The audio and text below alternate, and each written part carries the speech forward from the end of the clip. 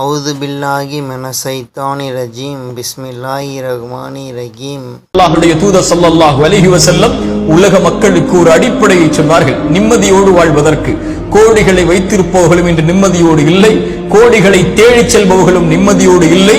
நிம்மதியுடைய வாழ்வை வாழ்பவர்கள் அல்லாஹ் எதை கொடுத்தானோ அதை கொண்டு திருப்தி அடைந்த உள்ளத்தோடு வாழ்பவர்கள் மட்டுமே. அல்லாஹ்வுடைய தூதர் ஸல்லல்லாஹு அலைஹி வஸல்லம் சொன்னார்கள், ஆதமுடைய மகனுக்கு ஒரு ஓடை தங்கம் கிடைத்தாலும் இரண்டாவது ஓடை வேண்டும் என்றுதான் ஆசைப்படுவான்.